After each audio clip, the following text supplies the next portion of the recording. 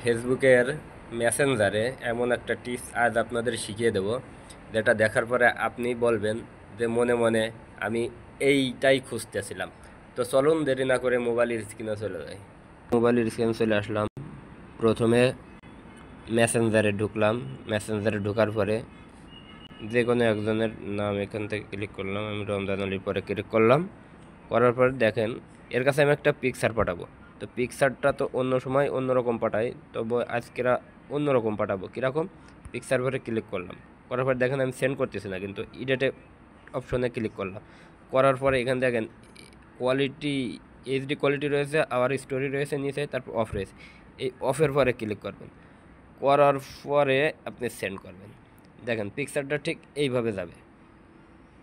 এইভাবে যাওয়ার পরে সে ব্যক্তি কি করবে, এই পিকচারের পরে ক্লিক করবে, শুধুমাত্র একবারের জন্যই দেখতে পারবে। তো এটা সে সেভও করতে পারবে না, ডাউনলোডও করতে পারবে না। তো এটাই হলো এর টিপ। ভিডিওটা ভালো লাগলে আমার পেজটা ফলো দিয়ে অবশ্যই ভিডিওটা শেয়ার করে দিন অন্যকে দেখার জন্য।